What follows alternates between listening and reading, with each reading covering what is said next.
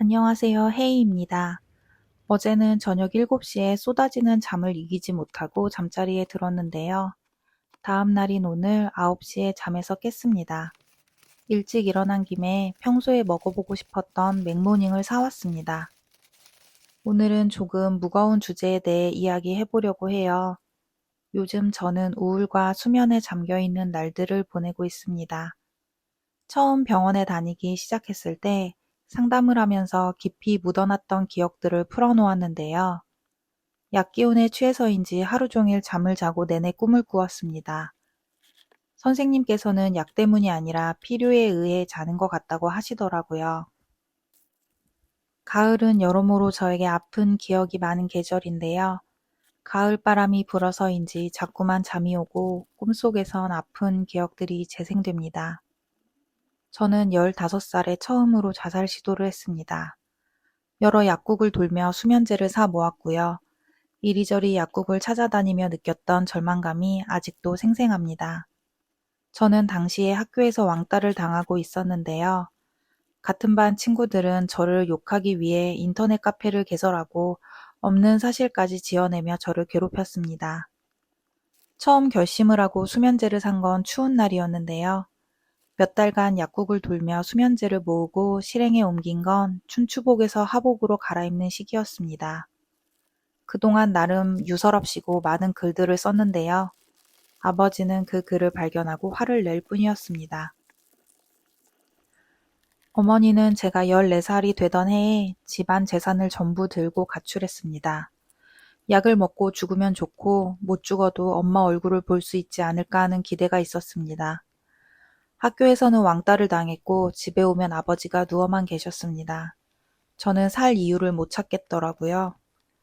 토요일이었습니다. 그때는 토요일에도 등교를 하던 시절이었거든요. 수업은 오전 수업만 있을 때였지만 도저히 학교에 갈 엄두가 안 났습니다. 제 책장에 작은 서랍이 있었는데요. 그 서랍 밑에 약을 숨겨뒀던 게 기억이 납니다. 10개들이 약이 개별 포장되어 있었고요. 그걸 하나씩 툭툭 까면서 이제 해방된다는 안도감과 두려움이 동시에 느껴지더라고요. 6판쯤 깠을까요? 모아놓으니 이걸 다 먹을 수 있을지 걱정될 만큼 너무 많았습니다. 이 정도면 충분할 것 같아서 몇 번에 나누어 먹었는데요.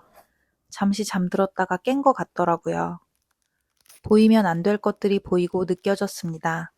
지금 떠올려 봐도 되게 무서운데요. 생각을 하면 그게 조금 있다가 눈에 보이더라고요. 혼란해하는 와중에 아버지가 일어나셨고 저를 데리고 응급실로 갔습니다. 응급실에서 위세척을 하고 바로 중환자실로 옮겨졌습니다. 중환자실에서 일주일 정도 지내다가 퇴원을 했는데요. 병원에서는 정신과 치료를 해야 한다고 강하게 권하셨습니다. 근데 아버지는 저를 바로 퇴원시키셨어요. 그때 치료를 시작했다면 제 인생이 아주 많이 달라졌을 것 같습니다. 중환자실에서 지내면서 목격한 일들이 제 인생을 완전히 바꾸어 놓았습니다. 중환자실은 특이하게 하루 종일 불이 켜져 있었는데요. 창문을 확인하지 않으면 밤낮이 구분되지 않아서 아무 때나 자고 일어났습니다. 밥도 먹지 않고 닌겔만 맞으니까 시간의 경과가 더 불명확하더라고요. 학교에 안 가고 저를 괴롭히던 학급 친구들을 안 봐도 되니까 좀 살 것 같더라고요. 그렇게 마음 놓고 자고 또 자다가 시끄러운 소리에 깨곤 했습니다. 처음에는 미친 듯이 울리는 기계음이 무슨 의미인지 알지 못했는데요. 며칠 지나니까 알겠더라고요. 정신없이 울리는 기계음과 경보는 목숨이 위태로운 신호였습니다. 의사 선생님들이 소리를 지르며 정신없이 뛰어다녔습니다. 태평하게 자고 있던 저에게는 어떤 불편한 감정이 느껴졌는데 그 정체를 알 수가 없더라고요. 며칠 후에야 그 감정을 알아챘습니다. 하루에 5분 정도 면회가 가능했는데요. 아버지가 오셨길래 과자를 먹고 싶다고 했습니다. 과자를 먹어도 되는지 물어보겠다고 하시더라고요. 아버지가 가시고 난 후 간호사 선생님이 의사 선생님께 무슨 환자 두 분이 과자를 먹고 싶어 하시는데 가능한지 물어보시더라고요. 영어로 된 병명이라 제 이야기가 맞는지 헷갈렸는데요.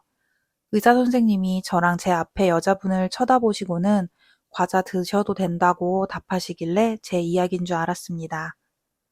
제 맞은편에는 젊은 여성분이 계셨는데 낮 시간에 할 게 없어서 멀뚱히 앉아 있다가 시선이 마주치고는 했습니다. 저랑 같은 이유로 입원 중이셨더라고요. 다음날 아버지가 과자를 사오셨고 맞은편 여성분이랑 과자를 오독오독 씹어먹는 소리가 조용한 병실에 울렸습니다. 그때 느껴진 감정은 부끄러움이었습니다. 너무 부끄러워서 얼굴이 다 화끈거렸습니다. 밤새 경보음이 울리던 옆자리 환자분은 다른 분으로 바뀌어 있었는데 저는 이제 살만하니 앉아서 과자를 먹고 있더라고요. 제 앞에 여성분의 사정을 알진 못합니다. 하지만 저와 같은 이유로 입원을 하셨고 며칠 정도 지나니 저처럼 과자를 드시고 계셨습니다. 생사의 갈림길에서 아무것도 선택할 수 없는 다른 환자분들과 다르게 그 여성분과 저는 멀뚱히 앉아서 과자를 먹을 수 있었습니다. 한없이 부끄러웠고 그때 결심했습니다. 다시는 무슨 일이 있어도 생사를 내가 스스로 결정하지 않겠다. 내일을 염원하는 누군가에 대한 예의가 아니다. 저는 며칠 후 무사히 퇴원했고 방과 후에 제 짐을 가지러 학교에 들렀습니다. 어떻게 처리된 건지 자세히는 모르지만 저는 한동안 할머니 댁에서 지냈습니다. 아버지는 저를 돌볼 상태가 아니셨기 때문에 할머니 댁에 맡겨졌는데요.